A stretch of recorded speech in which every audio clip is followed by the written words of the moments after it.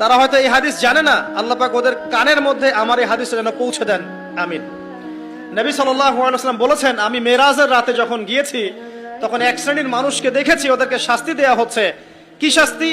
জাহান্নামীদের রক্ত এবং পুজ ওদেরকে খেতে দেয়া হচ্ছে। জিবরাইল আলাইহিস সালামকে জিজ্ঞাসা করা হলো যে এরা কারা? তিনি বললেন, এরা আপনার উম্মতের সেই সব ব্যক্তি যারা মাদকদ্রব্য সেবন করত।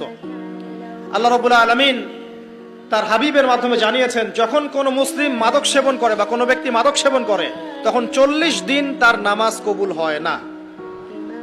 এরপর যদি সে তওবা করে তাহলে আল্লাহ পাক তার তওবা কবুল করবেন ইনশাআল্লাহ। যদি সে আবারও মাদক খায় তওবা করার পর, আবার 40 দিন তার নামাজ কবুল হবে না। যদি সে আবার তওবা করে আল্লাহ পাক আবার তাকে মাফ করে দিবেন। যদি সে আবারও মাদক খায়, আবার 40 দিন তার নামাজ কবুল হবে না। তারপর যদি আবার তওবা করে, আবার আল্লাহ তাকে মাফ করে দিবেন।